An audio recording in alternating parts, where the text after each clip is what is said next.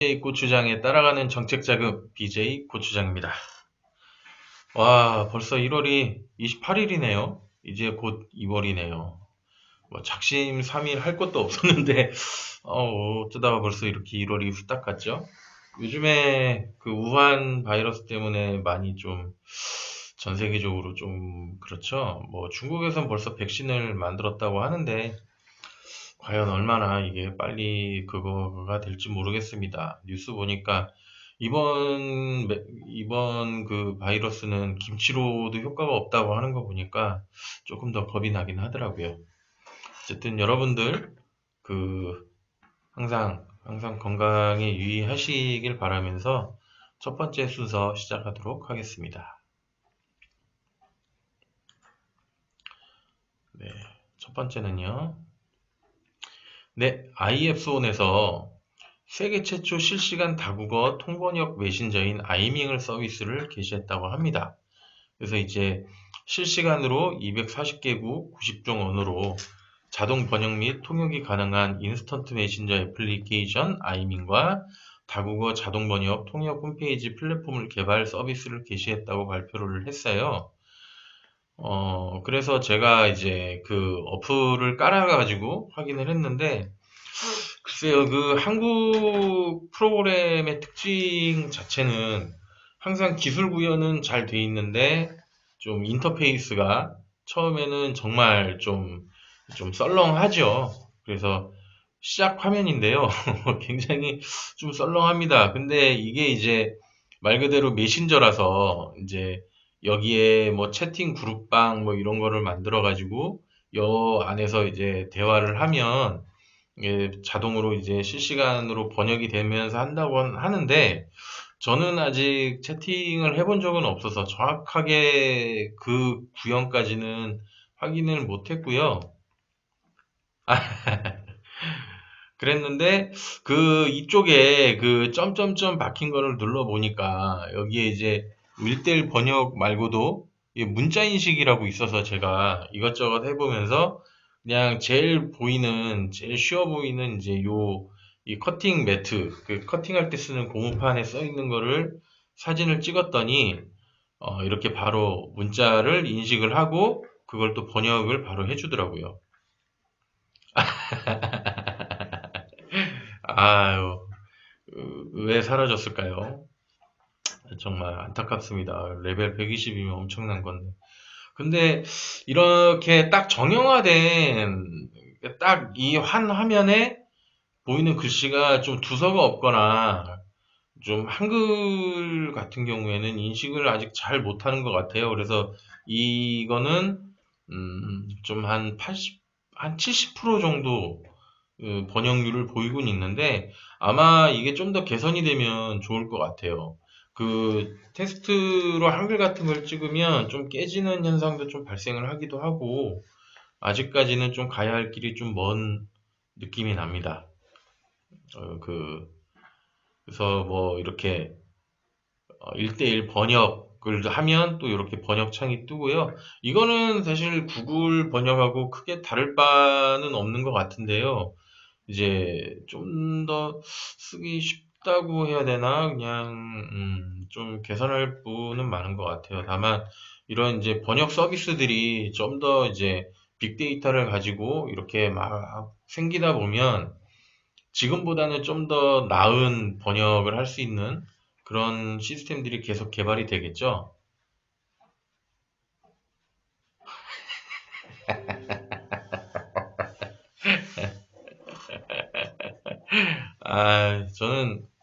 저는 RPG 게임은 잘 안 하는데요. 최근에 그냥 검은 사막 하고 있습니다. 아, 근데 확실히 구글이 현재까지는 좋은 것 같아요. 음. 근데 여기에서는 이제 이렇게 뭐 한글로 치면 그리고 그 다음을 누르면 이 번역 문자가 나온과 동시에 영어로 말을 해주더라고요. 예.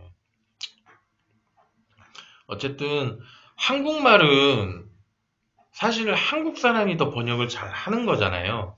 그래서 뭐 다른 그러니까 뭐 구글이나 이런 데보다 한글의 그 번역률을 좀 더 이제 높이 그렇게 할 수 있는 서비스가 되길 바라면서 이 앱도 써보시면 좋을 것 같아요. 일단은 이 메신저만 잘 되면 외국 사람하고 대화를 할 때 외국 사람이 영어로 뭐 이렇게 쓴 거를 다른 데서 번역해 갖고 갖다 붙이고 할 일은 없을 것 같아요.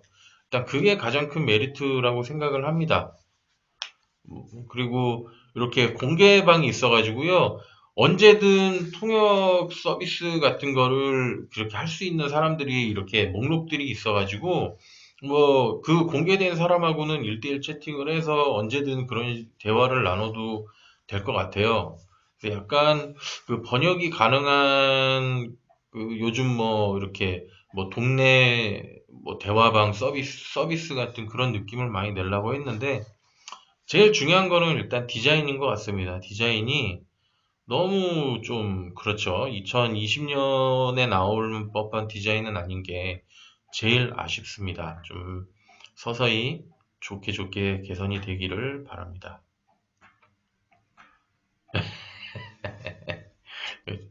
그런가 봐요. 그래서 그냥 BJ 고추장만 나왔습니다.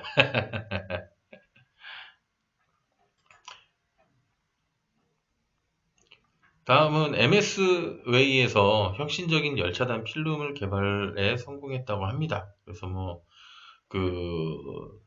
그 전에 이미 개발을 했던 유연 투명전극 나빌에 주로 사용된 금속인 은이 원적 외선을 차단하는 효과가 매우 높은 곳에서 착안을 해서 그 90%를 넘는 열차단 효과가 이제 된다고 합니다. 그래서 음, 뭐 같은 은이 사용된 은나노 와이어보다 3배 정도 차단율이 높고요. 투명 전극으로 가장 많이 사용되는 뭐 ITO에 비해서도 50% 이상 높은 것이 특징이라고 합니다. 이 열차단 필름이 좀 더 개발이 돼서 자동차에 더 이렇게 쓰이면 좋을 것 같아요.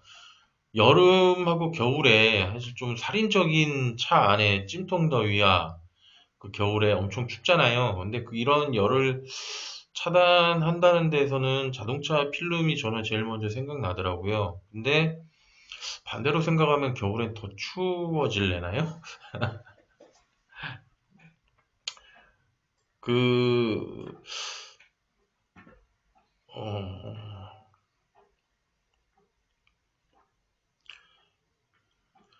실질적으로 여기에서 개발을 됐던 거는 뭐 일단은 가전제품류, 뭐 디스플레이 같은 사실 디스플레이가 그냥 일반적인 디스플레이가 아니라 그 실질적으로 좀 대형화가 되거나 아니면 좀 많은 그걸 하면 열이 많이 발생을 하잖아요. 근데 그 열을 일단은 차단을 할 수 있다고 합니다. 여기서 얘기하는 거는 모니터나 그렇죠. 그리고 전기차 같은 경우에는 뭐 에어컨을 킨다거나 하면은 배터리 소모가 큰데 그 배터리 소모가 크다는 얘기는 배터리에서 열이 엄청나게 난다는 얘기거든요.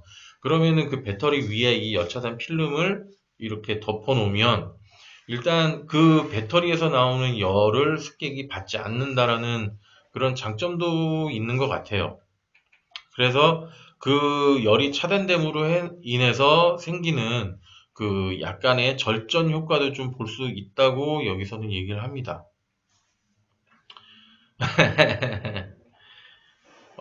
그거는 글쎄요, 거기에 써먹어도 되지 않을까요? 일단 열차단 필름이 상용화만 잘 된다 그러면은 실질적으로 열차단 팔토시에 써도 될 것 같습니다. 열을 식히는 게 아니라 열을 차단하는 겁니다.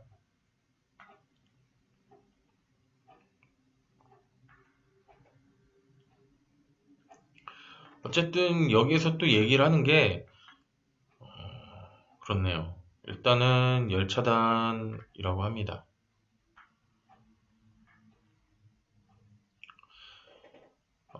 그렇죠. 배터리 자체는 좀 뜨거울 수 있겠죠. 실질적으로 배터리 기술이 참 얼마나 발전될지 모르겠습니다. 실질적으로 배터리가 발열을 좀 줄일 수 있을까요? 근데 배터리 자체를 아마 이거는 이제 개발을 하면서 배터리의 열을 이렇게 내뿜을 수 있는 좀 그런 종류의 그것들이 개발을 더 해야 되겠죠. 다음 소식입니다. 예, 한전에서 세종에서 전기버스 충전 서비스 사업을 시행한다고 합니다. 그래서 점점 이제 전기차, 특히 이제 전기버스, 저도 동네에 있다 보면은 가끔 전기버스들이 많이 이렇게 돌아다니는 거를 볼 수 있는데요. 와, 정말 그 버스 타면은 그 전기차 특유의 그 휘 하는 소리 말고는 전혀 들리는 게 없어서 너무 어색하더라고요. 버스는 자고로 당당당당당 이러면서 이렇게 유리에 기대 머르르 하고 떨리고 이러는 맛이 좀 있어야 되는데 전혀 그런 게 없어서 너무 신기하더라고요. 근데 이제 나라에서도 이제 전기차 보급을 좀 확대를 하고 하면서 한전에서도 이제는 이 전기버스 충전 서비스 이제 사업을 이제 뛰어든 거죠. 사실 한전에서 해야겠죠. 지금 사실 충전 서비스가 제대로 돼 있는 거는 테슬라잖아요. 그 슈퍼차저. 아직까지 보급률은 많지 않지만 그 슈퍼차저 같은 경우에 지금 그 한정돼 있는 것 때문에 이제 슈퍼차저가 서비스되는 곳에서 이제 충전을 한번 하려면 한 3, 4시간 이상은 기다려야 된다고 합니다. 그만큼 지금 대기열이 너무 지금 많은데 이제 한전에서도 요 서비스를 이용을 해가지고 한다 그러면은 보급이 더 많이 되겠죠. 그래서 일단은 세종시에 있는 대평동에서 먼저 이제 전용 충전기 4기를 구축 운영한다고 합니다. 그래서 일단 이거를 만들었으니까 이제 그 전기버스를 또 도입하고 운영한다고 합니다.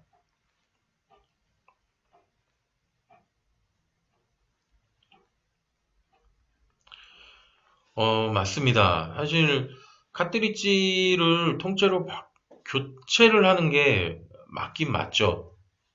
근데 아직까지는 좀 상용화가 잘 안 되는 것 같아요. 이 배터리 지금 실질적으로 테슬라 자체도 배터리 교환식이 아니라 충전식이잖아요. 근데 전기차가 지금보다 좀 더 널리 보급이 되려 그러면은 배터리를 교환을 해야 되는데 지금 현재 자동차 그 내수 시장의 얘기를 뭐 이렇게 언뜻 듣다 보면은 이 차를 한 대, 그 전기차를 생산하는 그 배터리 자체도 지금 물량이 부족하다고 그래요. 그러다 보니까 아직까지는 거기까지 교체를 하는 데까지는 조금 시간이 좀 더 걸리지 않을까라고 생각이 들고 실질적으로 전기버스의 배터리를 교환하는 얘기도 많이 있었는데 음, 앞으로는 계속 그렇게 발전이 되겠죠. 근데 아직까지는 충전을 해야 하는 시스템이 조금 더 어, 지속이 될 것 같아요. 음, 배터리를 교환하려면 그만큼의 여분 배터리가 분명히 존재해야 되는 거기 때문에 그 배터리를 이렇게 여유분을 더 많이 만들지 못하면 그조차도 좀 힘들지 않을까라고 생각을 합니다. 실질적으로 그 테슬라는 배터리를 18650 충전기를 더 개선하고 보강해가지고 그거를 뭐 10,000개인가 20,000개를 이렇게 펼쳐갖고 까는 방식이라고 하잖아요. 근데 그 일반 그 내연차에서 만드는 전기차들은 그 자기들이 규격으로 만드는 그 규격형 배터리를 장착을 한다고 합니다. 근데 그 배터리들이 아직까지는 좀 물량 수급이 좀 부족하다고 하더라고요. 아마 사실 우리나라에서 만약에 전기차를 먼저 제대로 만들어 갖고 내놨으면 그 교체형이 있었을 수도 있다고 저는 생각을 하는데 지금 시대의 흐름 자체가 테슬라가 너무 좀 갑자기 그 사기 캐릭터처럼 너무 급부상을 한 그 테슬라가 아직 도입을 안 한 시스템이 배터리 교체잖아요. 그런 것처럼 그래서 아직 그걸 안 하는 것 같아요. 왜 우리나라에서 항상 그 옛날에 그 2G에서 3G 넘어갈 때 쓰던 네이트 버튼 막 이런 거, 막 그런 이제 피처폰 시절에서 갑자기 아이폰이라는 게 나와가고 부랴부랴 아이폰에서 하는 기능들을 따라하기 시작하면서 스마트폰이 보급이 됐잖아요.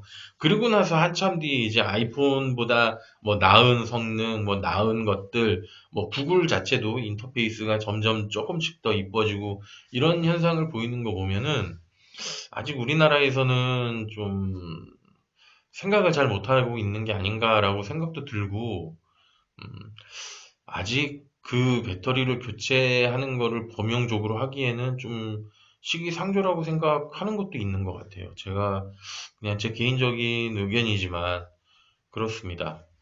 일단은 지금 현재 나와 있는 차들의 청충전 시스템도 제대로 확보가 안 돼 있는 상황이기 때문에 일단은 그 차들을 충전을 할 수 있는 시스템을 많이 일단 구축을 해놔야 되겠다고 생각을 하고 있는 것 같아요.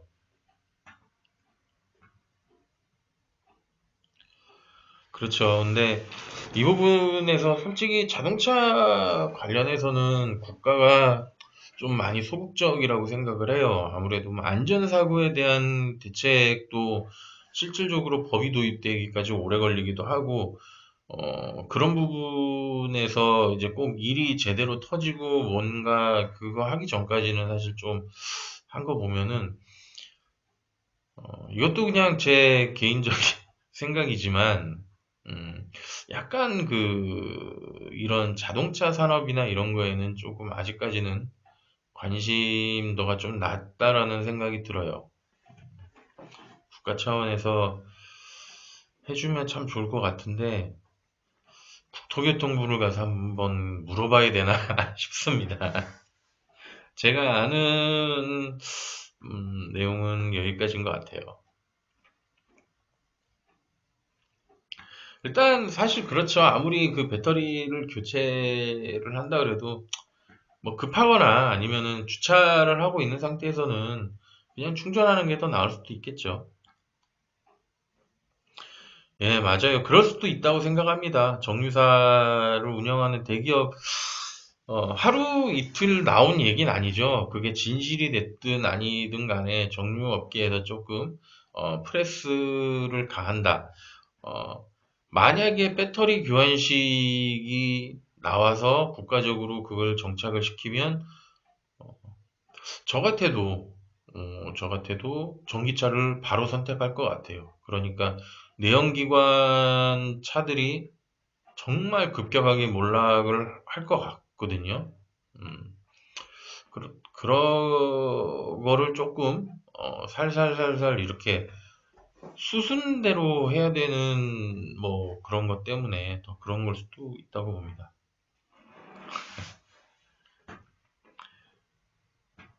그렇습니다. 하여튼 진짜 전기차는 이제는 시대를 거스를 수 없는 그런 대세가 된 것 같습니다. 참 대단한 대단한 테슬라입니다. 아, 언급 안 했는데 나가셨네. 아, 제가 얘기를 좀 더 재밌게 맛깔나게 해야지 안 나가실 텐데. 다음은 이제는 독일 기업이 된 요기요. 설 시즌 배달앱 주문 트렌드 분석을 했더니 맵단위 대세라고 나왔습니다. 항상 백종원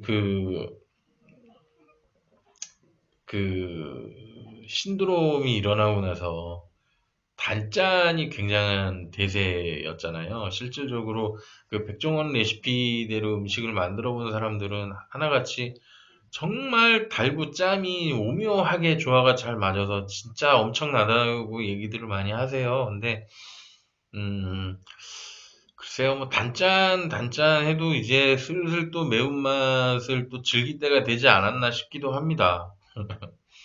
어쨌든 뭐 맛도 유행이라고 트렌드가 있는데 또 너무 단짠단짠만 하면은 물릴 수 있으니까 아무래도 좀 매콤한 걸 선택하는 게 아닌가 싶기도 합니다. 그리고 명절 스트레스도 한몫한다고 합니다. 그래서 명절 스트레스, 사실 저도 이번 명절 때 너무 좀 힘들었거든요.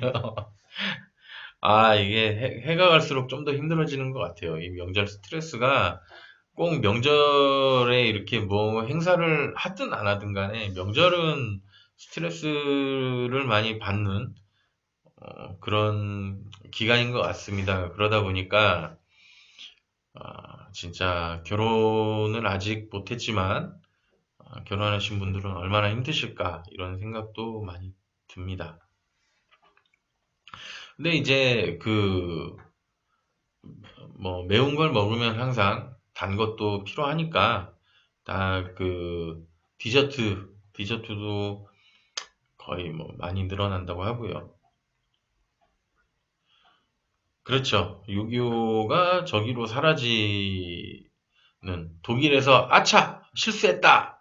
왜 그랬을까? 하는 날이 또 올 것 같습니다. 진짜. 그러니까 얼마나 요즘에 나가질 않는지를 알 수 있는 것 같아요. 배달앱이 정말 이렇게 급속도로 늘어난다는 거는 그만큼 사람들이 바깥 활동을 자제한다? 그만큼 뭐 경제가 어렵다라는 얘기기도 하고요. 그리고 문화가 점점 바뀌어간다고 하는 거죠. 옛날에는 그냥 무조건 만나서 술 먹고 이랬던 문화였는데, 어쨌든 그런 문화가 점점 이제 사라지고 회식 문화가 강제가 아닌 이제 선택상처럼 이렇게 흘러가고 하면서 그냥 집에 들어가서 그냥 뭐 자기가 하고 싶은 뭐 게임을 한다거나 그냥 집에서 시간을 보내면서 그 나가는 것도 좀 이제 나가기보다는 그냥 배달로 그냥 시켜 먹는 그런 게 많다고 합니다.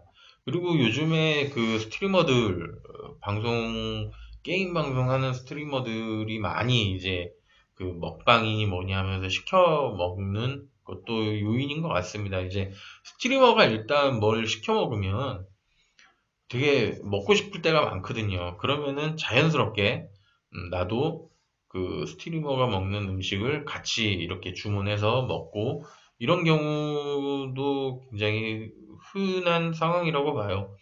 진짜 잘 나가는 그 스트리머들 같은 경우에 그 순간 시청률이 막 10,000회, 20,000회 넘어가는 게 그 많은 사람들이 그 방송을 보고 있다는 얘기잖아요. 그 사람의 한 반만, 진짜 10,000명이 보고 있는데, 진짜 10%만 해도 1,000명이잖아요. 그 사람들이 시켜먹는다 그러면 정말 엄청난, 비율이 늘어나는 거죠.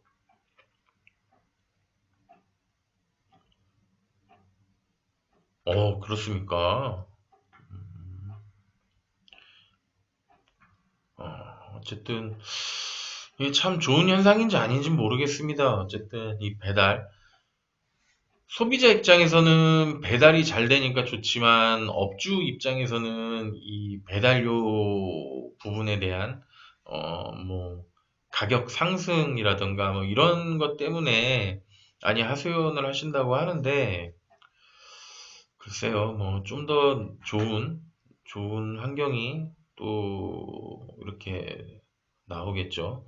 사실 그렇죠. 사실 테이크아웃하고 자판기가 사실 좀 이렇다 할 만한 게 없던 건 사실이에요. 그냥 우리가 흔히 알고 있는 자판기는 그냥 커피, 음료수, 그리고 드문드문 보이는 뭐 라면 끓이는 기계 정도? 그러니까 좀 다양한 메뉴로 나올 수 있다 그러면은 또 하나의 트렌드가 될 수 있지 않을까라고 생각을 합니다. 맞습니다. 안가품 허위 주문. 그 요즘에 그 커뮤니티 같은 데를 보다 보면은 그 리뷰를 일부러 막 조작을 해가지고 이렇게 하는 경우가 많이 있죠. 김밥 천국. 그러게요. 사실 실제로 김밥 정도만 제대로 이렇게 좀 따뜻하게 김밥 정도만 나와도 어, 이렇게 꺼내서 먹기도 하고 참 좋을 것 같은데 말이죠.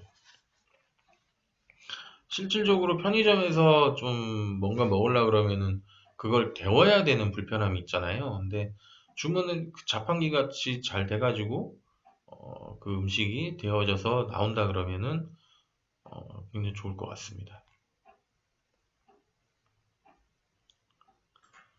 어쨌든 다음은 이제 이거는 뭐 구글의 알고리즘에 대한 이야기입니다. 뭐 아시는 분들은 다 아실 거예요.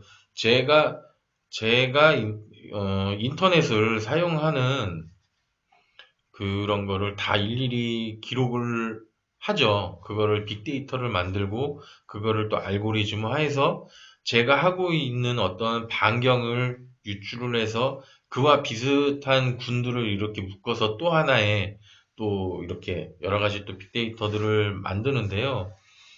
그 구글, 그러니까 창에 들어가서 구글 사이트로 들어가면 그래서 요 ad settings google.com이라는 데를 들어가면 이제 그 내 개인 정보, 그러니까 내가 그 인터넷을 하고 있는 그런 정보를 구글에 보낼지 안 보낼지를 결정하는 이제 그걸 선택할 수 있는 이제 페이지가 떠요. 그래서 요거 최적화 사용을 끄면 되는 건데요. 켰을 때 보면은, 뭐, 대부분, 그러니까 검색을 어떤 거를 했는지, 그 검색을 뭐, 어디에, 뭐, 어떤 사람들이 하는지를 다 일일이 기록을 하기 때문에, 어, 실질적으로 그런 경우가 많죠. 뭐, 검색어에 뭐, 초콜릿을 검색을 하면, 그다음부터 들어가는 사이트의 광고에 막 초콜릿 광고들이 막 넘쳐나는 경우도 있고, 그렇죠. 유튜브도 검색어를 뭐 BJ 고추장을 검색을 하면 그 고추장에 관련된 그 맞춤 동영상들이 수두룩 빽빽하니 뜹니다, 진짜. 그게 이런 개인 정보가 이제 내 개인 정보를 어, 내보내는데 동의를 하는 게 있는데 그 동의하는 창이고요. 만약에 이런 거를 좀 보기 싫거나 보내기 싫으면 이 사이트에 들어가서 끄면 됩니다. 이 밑에 보면은 제가 뭐 검색했던 거, 뭐 저의 생활 수준 이런 게 다 나와요. 100% 맞는 건 아니에요. 정말 말도 안 되는 것들이 있지만 그동안 내가 구글 기반한 뭐 크롬이라든가 뭐 네이버 웨일, 뭐 익스플로러도 그렇죠. 그리고 뭐 유튜브 이런 거를 하면서 모든 기록이 다 구글 데이터에 다 들어가니까 저 같은 경우에는 꺼버렸어요. 꺼버렸어요. 아무 광고나 나오게. 참 이런 것들이 이제 향후 몇 년이 더 쌓이면 정말로 엄청난 진짜 사람을 통제할 수 있을 만한 데이터가 되지 않을까 생각이 듭니다. 너무 무섭기도 하고 대단하기도 하고 그렇습니다.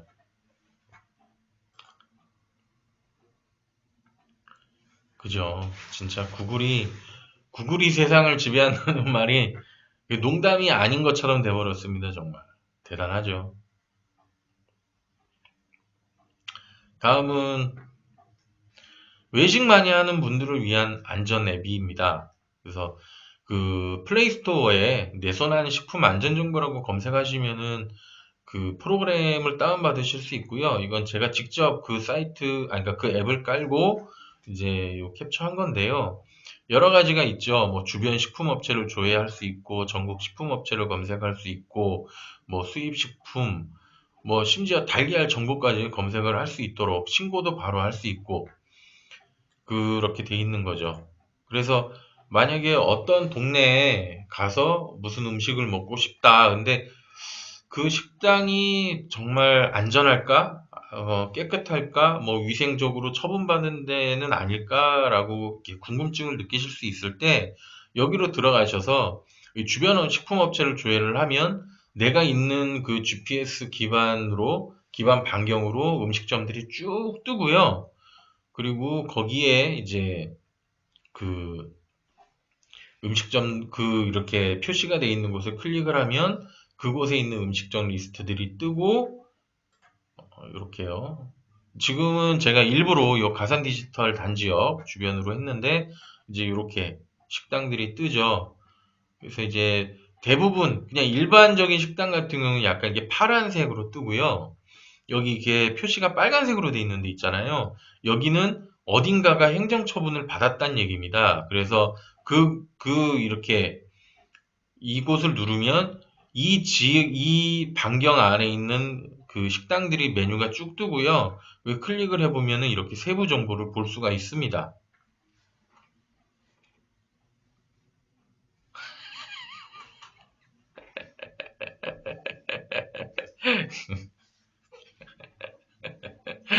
너무 갑자기 막 웃어서 죄송합니다. 너무 재밌는 댓글을 달았는데, 예, 어쨌든 이렇게 세부 정보가 뜨고요. 그래서 뭐 업체 및 업종, 뭐 일반 음식점, 중국식, 뭐 해서 그 업체 이름이 나오죠. 그래서 뭐 인허가 번호 일자도 뜨고 대표자 이름도 뜹니다. 그리고 주소도 뜨고요. 그랬는데 밑에 보이시죠? 행정처분해서 언제 어떤 과태료가 나왔고 그 위반 내용은 이런 거다. 그래서 여기 솔직히 그 이제 식품 뭐 위생이나 이런 거 뭐 지켜지지 않고 이런 데는 조금 이제 뭐 거르는 방향으로 하셔도 되고요. 일단 내가 먹는 데가 이런 데구나를 알 수 있는 이제 어느 정도의 지표가 되겠죠. 음, 그렇다고 해서 뭐 행정처분을 받았다고 해서 다 나쁜 데는 아니고 뭐 이것 때문에 뭐 정말 개가천선해가지고 정말 열심히 하시는 분들도 분명 계실 거예요. 근데 어찌 됐든 간에 이런 행정처분을 받은 업체인 거를 볼 수 있는 지표가 되고요. 여기 그 가산 디지털에 있는 에이소 테크노 그 타워 시차를 한번 그 임의로 제가 확대를 해서 클릭을 하니까 이 복성루랑 신간에 그 이렇게 뼈 해장국이라는 데가 나오고 복성루는 여기 10년이라고 돼 있죠. 엄청 오래됐다. 뭐 이렇게 나올 수 있는 거고요. 이거 이제 계란 검색, 달걀 검색이라고 해가지고 달걀 껍데기에 코드를 여기다 입력을 하면 그게 이제 그 달걀에 대한 모든 기록이 다 나오는 그런 서비스입니다.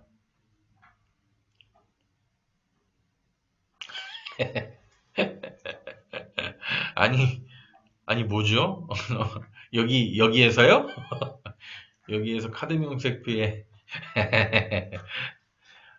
또 왜 그러십니까? 노란색 딱지 때문에 언급은 줄이겠습니다. 그리고 그 전 세계에 유일하게 한국인만 먹는 음식이 있다고 합니다. 그래서 한 몇 개가 있는데 제가 그 이제 재밌어서 가져왔는데 사실 콩나물이라는 게 사실 지금 그 나가서 먹는 음식 중에 그나마 콩나물 해장국 집이 가장 아직까지는 좀 싸죠. 그래서 좀 출출한데 이렇게 따끈한 국밥이 먹고 싶을 때는 콩나물 국밥을 많이 먹기도 하는데요. 이 콩나물이 거의 우리 한국인만 먹는다고 합니다. 외국에는 그 숙주나물을 더 먹는다고 해요. 근데 심지어 이 콩나물도 한국에서 제일 먼저 재배한 걸로 기록에 나와 있다고 합니다. 일단 뭐 콩나물은 키우기도 쉽죠. 옛날에 어렸을 때 뭐 과제로 뭐 콩나물 키우기 이런 거 해서 이렇게 통에다가 이렇게 놓고 물만 뿌려도 애들이 알아서 이렇게 자라니까. 그러다 보니까 이제 비용도 굉장히 저렴하게 공급되죠. 그러다 보니까 많이 먹죠. 근데 이 콩이라는 게 워낙 한국 사람들도 호불호가 요즘 매불매라 그러죠. 매불매가 심해가지고 그렇지만은 정말 그 먹었을 때 그 콩나물 특유의 약간 그 시원한 맛, 괜히 해장국의 주원료가 아닌 뭐 아스파라긴산이 많이 들었다고 하는데 그런 맛 때문에 정말 가끔 생각이 나서 먹는 음식입니다. 그 다음은 간장게장, 밥도둑이죠.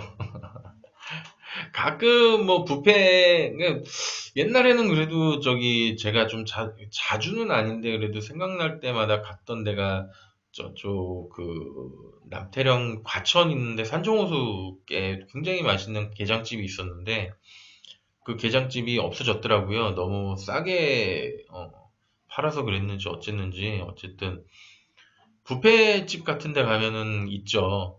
요즘에 이 간장게장이 그 연안식당인가요? 연안식당을 가면 이게 그 밑반찬으로 나오는데, 아우, 저는 이 간장게장 한 세 접시는 먹고 나오는 것 같습니다. 정말 맛있죠.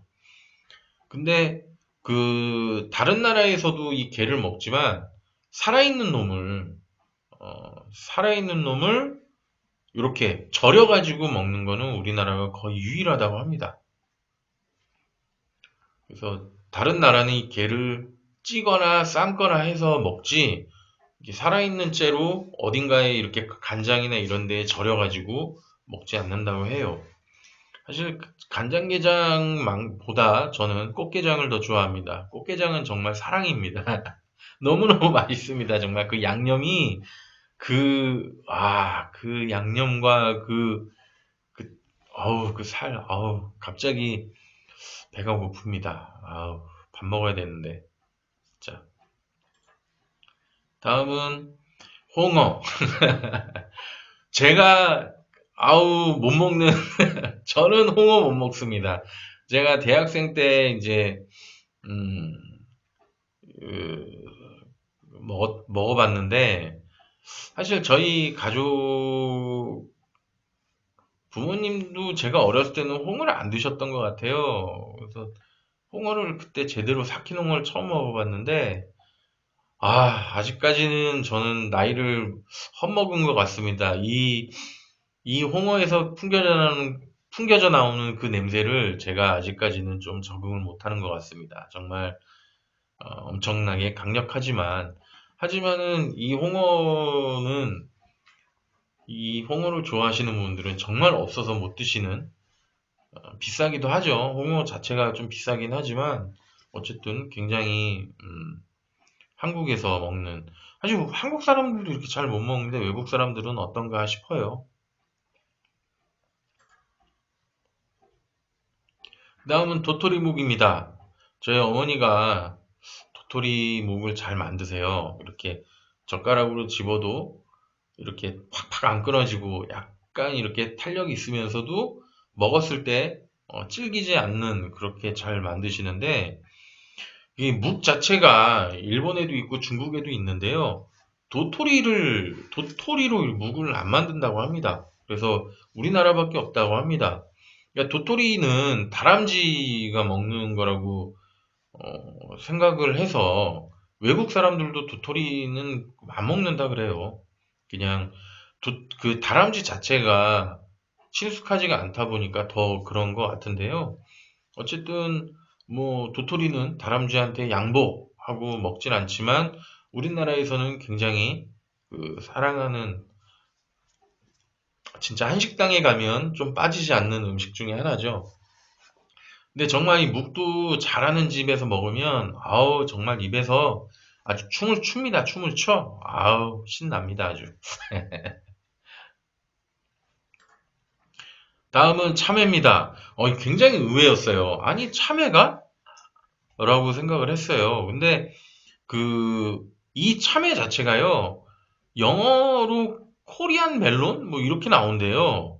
그냥 한국식 멜론이라고 아예 그냥 우리나라에서는 이 참외를 굉장히 좀 달고 맛있게 개량을 해서 했는데, 외국에서는 굳이 그렇게 개량을 안 했대요. 왜냐면은 멜론 자체가 워낙 달고 맛있으니까 이 참외 종은 크게 개량을 하지 않아서 맛이 별로 없대요. 그래서 잘 안 먹는다고 합니다. 예, 멜론도 참외죠. 근데 요렇게 노랗게 된 요 참외. 그러니까 우리가 흔히 알고 있는 그 녹색의 그런 멜론이 아닌 요 참외는 외국에서는 선호하지 않는다고 합니다. 그냥 멜론을 먹지요. 당도 높고 뭐 어쨌든 더 맛있는. 실질적으로 저도 멜론이랑 요 참외랑 같이 이렇게 썰어져서 나오면 주로 멜론을 먹는 것 같아요. 왠지 그 녹색의 그 멜론이 더, 더 부드럽고 맛있는 것 같아요. 요 그 안에 있는 이 씨를 먹느냐 안 먹느냐 가지고도 논쟁이 많죠. 저는 그냥 먹는 타입인데요. 이거 안 드시는 분들은 진짜 죽어도 안 드시더라고요. 무조건 빡빡빡빡 긁어서 드시는데 저는 그냥 이 참외를 이 껍질만 까가지고 이 통째로 이렇게 씹어 먹는 그걸 즐깁니다. 그래서 참외도 그 조그만한 그 참외를 선호하는데요. 꿀맛이죠. 그것도. 그리고 번데기. 어렸을 때 누구나 한 번 이상은 먹어본 번데기입니다. 그랬죠. 옛날엔 정말 길거리에서 흔하게 보던 정말 엄청난 음식입니다. 뭐 고단백 식품이라고 하는데요. 누에나방의 애벌레죠. 그 번데기가. 그래서 가끔 번데기를 맛있게 먹다가도 우연히 번데기를 이렇게 자세히 보게 되면 갑자기 그 현타라고 하죠. 현실 자각 타임? 현타가 순간 올 때가 있어요. 어우, 뭐 이렇게 생겼어? 막 할 때가 있죠. 근데 가끔 생각납니다. 요 국물, 요 이렇게 신문지 같은 거 아이스크림 콘 그 종이에 이렇게 담아서 이렇게 포크로 찍어 먹다가 성이 안 차면 부어 먹기도 하고 그리고 그 국물들 그 번데기 국물 맛있게 어떤 그러고 보니 요즘에 구경을 해본 적이 별로 없네요. 길거리에서도 거의 못 봤기 때문에 음, 괜히 좀 생각이 나긴 합니다. 근데 어쨌든 외국인들은 별로 선호하지 않죠. 뭐 프랑스에서는 달팽이를 먹지만 번데기는 안 먹는 것 같습니다. 그 문화의 차이겠죠, 아무래도. 뭐 지금 준비한 거 이외에도 음, 영어 이름 자체가 깻잎도 우리나라에서 유일하게 먹고 뭐 미더덕 그리고 산낙지 등이 있다고 합니다. 근데 이 산낙지 그 크라켄이라고 하잖아요. 그 외국 뭐 특히 뭐 캐리비안의 해적이나 이런 거 보면은 그 문어들이 그 악역으로 많이 나오는데 실질적으로 외국인들도 문어를 굉장히 좀 데빌에 가까운 그런 느낌으로 받는다고 해서 절대 안 먹는다고 하죠. 그래서 우리나라 올드보이가 그 영화 올드보이의 산낙지 먹는 장면에 엄청난 충격에 빠졌다는 그 기사들이 나왔을 정도로 그렇게 즐기지 않는다고 합니다. 하지만 우리나라에서는 산낙지 그 꼬물꼬물거리는 거 이렇게 찍어가지고 막 그 뭐 초장이든 간장이든 넣어가지고 오물 씹어 먹는 그 맛으로 많이 드시는데 어쨌든 제대로 씹지 않으면 목에 걸릴 수도 있으니까 조심하시길 바랍니다. 어우 생뇌 그렇죠. 메뚜기, 뭐 과메기, 청국장, 개불. 아유 많네요. 다음엔 우리나라에서 안 먹는 음식이 있나? 한번 찾아봐야 되겠네요. 우리나라에서 안 먹는 음식, 뭐 외국 음식, 뭐 이러면 뭐 낙타고기 이런 거는 메르스 때문에 유명해졌죠. 근데 있긴 있을 텐데 안 먹죠. 뭐 그 맛을 몰라서 그런가? 말고기도 그렇고 먹는 사람들은 있지만 그렇게 우리가 즐겨 먹는 음식은 아니니까 한번 또 만약에 있으면 또 한번 찾아서 갖고 오도록 하겠습니다. 그리고 오늘의 마지막 크라우드 펀딩입니다. 요즘 와디즈에 그 댓글창이 좀 없어졌더라고요. 항상 그 리워드 상품 맨 밑에 댓글을 다는 란이 있었는데, 어느 날 보니까 댓글을 다는 댓글란이 없어져서, 좀 의아해했는데요. 어쨌든 이번에도 최대한, 여러 가지 엄선을 해서 갖고 왔습니다. 이것들이, 제대로 된, 펀딩을 하고, 정말 우리나라 중소기업들이 잘 살 수 있는 그런 방향이 됐으면 좋겠습니다. 첫 번째는 이제 폰지갑이에요. 그, 사이즈가 갤럭시 S10, 아니, 노트 10까지 들어간다고 합니다. 굉장히 크죠? 그래서 지갑형 휴대폰 케이스들 많이 갖고 다니시죠? 그냥 바로 이렇게 갖고 다니시는데, 실제로, 지갑형인데 뭔가를 좀 담다 보면은 많이 두꺼워지고, 막 해지기도 하고, 뭐지? 휴대폰을 그, 아, 갑자기, 충전기, 무선 충전기에 달라 그래도 그거 벗겨서 집어넣어야 되고 좀 불편한 부분이 있는데, 이거는 이렇게 고무줄이 있어서 휴대폰을 넣기도 좋고, 그리고 일단 지퍼 형식으로 돼 있어서, 좋습니다. 그리고, 이 지퍼가 돈이나 다른 이런 손상을 방지하기 위해서 이제 플라스틱 지퍼를 썼다고 하는데, 플라스틱 지퍼가 굉장히 튼튼하다고 하고요.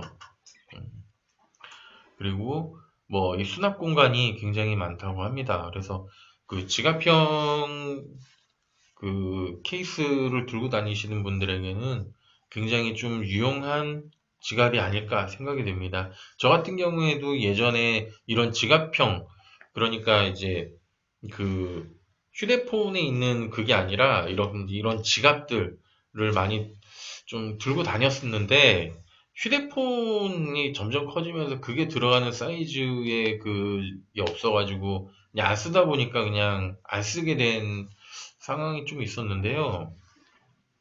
어쨌든 이 지갑 굉장히 좋은 것 같고, 가격이 28,500원이면은 요즘 지갑들 생각을 해봤을 때 그렇게 비싼 가격은 아닌 것 같으니까, 혹시라도 이런 지갑형 케이스, 이 지갑을 혹시라도 관심 있으신 분들은 한번 찾아보시면 좋겠습니다. 이거는 이제 와디즈가 아니라 크라우디에서 펀딩 중인 물건입니다. 그렇죠. 사실 항상 그렇지만은 지갑은 카드보다 더 많은 게 있죠. 영수증. 돈보다 카드보다 많은 건 영수증. 영수증이 두꺼우면 이만큼씩. 제가 아는 사람도 그 지갑형 폰 케이스에 휴대폰 두께는 이만한데 앞에 이렇게 덮개가 두께가 이만한 거예요. 그래서 다치지도 않고 오히려 그걸 뒤로 뒤집어서 무슨 받침대처럼 쓰더라고요. 그래서 도대체 뭘 이렇게 많이 들고 다녀 봤더니 전부 영수증이었던 그런 기억이 있습니다.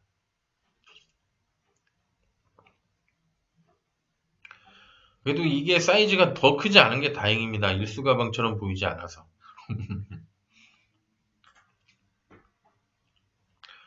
다음은 면도기 클리너입니다. 실질적으로 면도기 이렇게 날면도기 아직 쓰시는 분 많으시죠? 저도 전기면도기가 있긴 한데 이 전기면도기가 생각보다 아주 깔끔하지는 못해요. 아무리 뭔데도 안 깎이는 지점들이 존재하거든요. 그럴 때는 이제 날 가지고 이렇게 닦기도 하는데, 이 날이 이제 삼중날, 사중날이 되면서 조금 아쉬운 거는 예전보다 내구성이 좀 떨어지는 것 같은데, 알고 보면 사실 그 틈 사이에 껴있는 이제 비누 거품이라든지 내 수염들이 거기 껴있잖아요. 근데 그 안을 이렇게 깨끗하게 청소할 수 있을 만한 게 별로 없다 보니 그냥 물로 세게 헹구든가 아니면은 이쑤시개 같은 걸로 살살살 파기도 하는데, 요거는 이제 요 판에 이렇게 위로 이렇게 쓱 하면은 자석이나 이런 걸로 해서 이걸 벗겨낸다고 합니다. 아, 남자가 너무 찌질해 보이나요? 아, 근데 사실 요즘 날이 너무 비싸잖아요. 그리고 어, 그렇다고 해서 뭐 일회용을 뭐 쓰면 상관이 없는데 좀 뭐 비싼 면도기를 사가지고 면도날을 그렇게 뭐 할 수가 없고 실질적으로 뭐 이제 자취생들 같은 경우에는 날을 평균보다 많이 쓰죠. 일단 가격이 9,900원입니다. 그래서 비싸다면 비싸고 싸다면 싼 가격인데 어찌됐든 하나쯤 있으면 좋을 것 같아요. 왜냐면 저 솔직히 옛날에 그 창궐 드라마 아니 영화 찍는다고 머리를 완전히 이렇게 스킨 헤드로 해갖고 매일 면도기로 면도를 한 적이 있었는데 그러니까 수염이 아닌 머리카락이다 보니까 금방 날이 망하고 와 이거 한 세 번만 이렇게 문질러도 거기가 꽉 차갖고 면도가 안 돼갖고 물로 씻고 다시 밀고 씻고 하다 보니까 시간도 오래 걸리고 그랬었거든요. 만약에 그때 이게 있었으면은 아마 진짜 유용하게 썼을 것 같습니다. 그래서 그 생각이 나서 갖고 왔습니다. 다음은 마스크입니다. 요즘 아이고 처음에도 언급했듯이 그 우한 그 폐렴 그 코로나 바이러스 때문에 요즘 마스크를 꼭 착용하라고 하죠. 근데 이제 이 마스크 그 착용에 대해서 이제 필터가 달린 마스크인데요. 어떻게 보면 다를 거 없는 방식이긴 하지만 이 필터를 이제 이렇게 안에 들어있는데 꽂아서 쓰는 건데 일단 필터가 티가 많이 안 납니다. 그래서 막 이만한 게 붙어 있고 이런 게 아니라서 좋은데 이게 제일 마음에 들었던 거는 저는 이거였어요. 이 김서림. 워낙 여기가 통풍이 잘 되다 보니까 위쪽으로 이렇게 바람이 많이 안 가서 그 굉장히 그 김서림이 없다고 합니다. 안경 쓴 사람들은 겨울에 마스크 쓰기가 힘든 게 숨을 조금만 내쉬어도 김이 확 하얗게 서려가지고 진짜 짜증나가지고 안 쓰는 경우가 너무너무 많았거든요. 그런다고 해서 뭐 와이어 막 이런 거 뭐 여기 뭐 달린 거 이런 걸 하면 그것 때문에 오히려 더 불편해가지고 막 답답했던 적이 있었는데 음, 이 필터가 굉장히 통풍이 잘 돼서 이 김서림이 없다고 하는 부분에 있어서는 굉장히 마음에 들었습니다. 그래서 어차피 뭐 이렇게 마스크를 써야 하는 상황에서는 그래도 조금이라도 이렇게 정화가 잘 되는 마스크 정도는 있어야 되지 않나라는 생각도 되고요. 뭐, 그렇죠. 이제는 정말 이제 우스갯소리로 정말 미래의 영화에 나왔던 뭐 방독면 막 이런 마스크 쓰지 않으면은 일상생활이 불가능한 그런 그 영화들이 많았는데 실제로 점점 그렇게 이렇게 바뀌어가는 세상이 참 씁쓸하기도 합니다. 미세먼지부터 시작을 해서요. 어쨌든 코로나 바이러스도 요 마스크를 음, 그 많이 하라고 하니까요. 일단은 이 마스크 자체는 굉장히 그 한 반영구적으로 쓰이고요. 이 필터만 제때제때 잘만 교환해주면 정말 오래 쓸 수 있다고 합니다. 그래서 음, 이렇게 싱글 세트로 필터 5개 해가지고 써도 충분할 것 같습니다. 근데 이 필터 정화력이 뭐 얼마나 사실 그렇죠. 그렇습니다. 저도 저도 지금 마스크를 이제는 쓰고 다녀야 되지 않을까. 그동안 좀 호기롭게 안 쓰고 다녔는데 이제 좀 써야 될 때가 온 것 같습니다. 네, 오늘은 여기까지 제가 준비한 내용은 다 끝이 났습니다. 그렇죠. 오늘은 조금 뭔가 획기적이거나 혁신적인 펀딩은 없었죠. 하지만 음, 그래도 일상생활을 하면서 제가 그냥 좀 불편하거나 했던 것들을 위주로 소개를 해드렸고요. 또 다음 주에는 또 어떤 또 것들이 있을지 모르겠지만, 점점 더 나은 제품, 나은 기술, 그리고 아주 좋은 펀딩의 문화가 자리를 잡았으면 하는 그런 마음은 항상 제가 가지고 있고요. 정말로 제가 이렇게라도 소개시켜 드릴 수 있는 업체가 있다는 거에도 나름 위안은 하고 있습니다. 어쨌든 아유 고맙습니다. 어쨌든 정말 혹시라도 중국 출장 가시는 분들 조심하시고요. 우리나라에서도 뭐 확진 자가 한 4명인가 5명 나왔다고 하죠. 그러니까 항상 건강한 그런 생활을 하시길 바라고요. 저는 다음 주에 또 이 자리에서 여러분과 마주하기를 바라겠습니다. 항상 제 방송을 들어주셔서 감사드리고요. 항상 부끄럽지 않은 그런 BJ 고추장이 될 수 있도록 노력하겠습니다. 수고 많이 하셨습니다. 감사합니다.